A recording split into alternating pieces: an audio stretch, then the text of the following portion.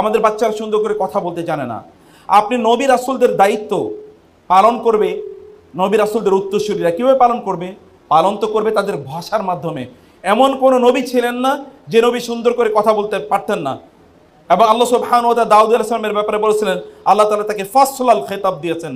ফাসলাল খেতাব মানে হচ্ছে তিনি ডিস্টিংক্টলি, ক্লিয়ারলি তিনি সব কিছু তার উচ্চারণ এবং ভালোভাবে বুঝাতে পারতেন। আর রাসূলুল্লাহ সাল্লাল্লাহু আলাইহি ওয়াসাল্লাম তো নিজেই বলেছেন যে ইন্না মিনাল বায়ানি লাসিহরা, তিনি বলেছেন উতিতু জাওয়ামি আল কালিম, আমি খুবই সহজভাবে বিশাল বড় কথা আমি বলে ফেলতে পারতাম, সংক্ষেপে আমি অনেক বেশি বলতে পারতাম। এটা রাসূলুল্লাহ সাল্লাল্লাহু আলাইহি ওয়াসাল্লামকে আল্লাহ তাআলা এই মর্যাদা দিয়েছেন।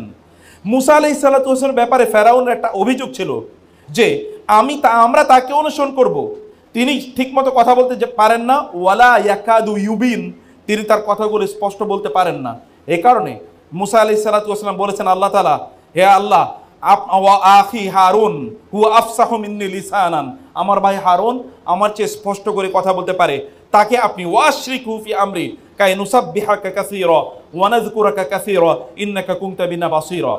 অতএব বাচ্চাদের ল্যাঙ্গুয়েজ স্কিল তৈরি করা, স্টুডেন্টদের, শিশুদের ল্যাঙ্গুয়েজ স্কিলটা বাড়ানো এটা খুবই গুরুত্বপূর্ণ। যদি তাদেরকে, পৃথিবীর এমন কোনো সফল মানুষ নাই, সে যদি আমরা রিলিজিয়াস অ্যান্ড সেকুলার, দিনী এবং দুনিয়া দুটার পার্সপেক্টিভ থেকে যদি বলি, সফল হতে হলে তার language skill is very important. বাচ্চাদের মধ্যে তারা যা বলে সেটা তারা, মানে আমরা যা বলি তা আমরা আমল করি কিনা, মানে জ্ঞান কেন আমরা অর্জন করি। এখানে একজন বলেছে যে পারপাস অফ লাইফ স্মার্ট, সেটাকে যদিও সে মানে ইয়ে করেছে, এক্সপ্লেন করেছে, কিন্তু আমাদের তো আল্লাহ তাআলা তো আমাদেরকে এইম দিয়ে তৈরি করেছেন, ওয়া মা খালাকতুল জিন্না ওয়াল ইনসা ইল্লা লিয়াবুদুন আফা হাসিবতুম আন্নামা খালাকনাকুম আবাসা ওয়া আন্নাকুম ইলাইনা লা তুরজাউন। আল্লাহ তাআলা আমাদেরকে গোল দিয়ে তৈরি করেছেন। meanwhile we have lost our objective and our destination, we have forgotten our aims of life.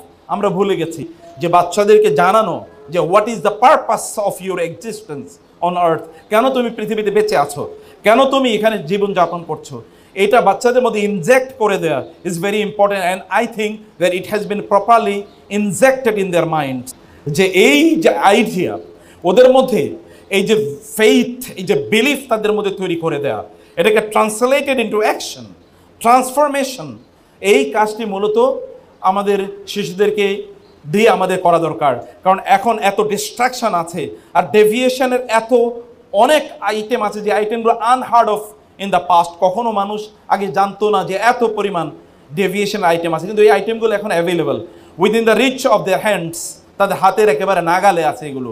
এই কারণে বাচ্চাদেরকে আপনার সত্যিকার অর্থে তাদেরকে ভালো মানুষ হিসেবে গড়ে তোলা এটা খুবই ডিফিকাল্ট।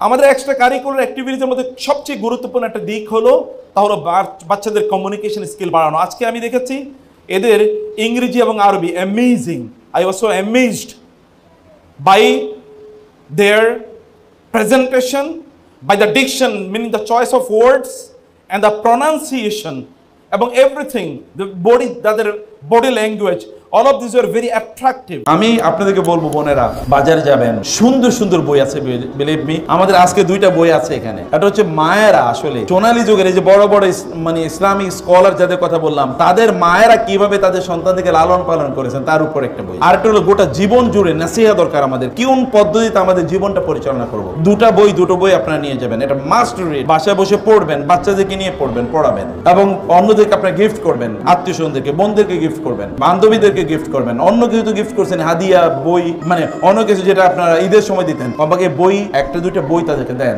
কালচার তৈরি হোক। আমি আমার জীবনে দেখেছি বাংলাদেশের একজন বড় ইসলামী ব্যাংকের প্রতিষ্ঠাতা সহ ইসলামিক ইউনিভার্সিটিগুলোর প্রতিষ্ঠাতার মধ্যে একজন, এত বড় স্কলার বাংলাদেশে খুব কম এসছে। আমাকে বলতে চাচা আমি প্রতি মাসে 30-40 হাজার টাকার বই গিফট করি।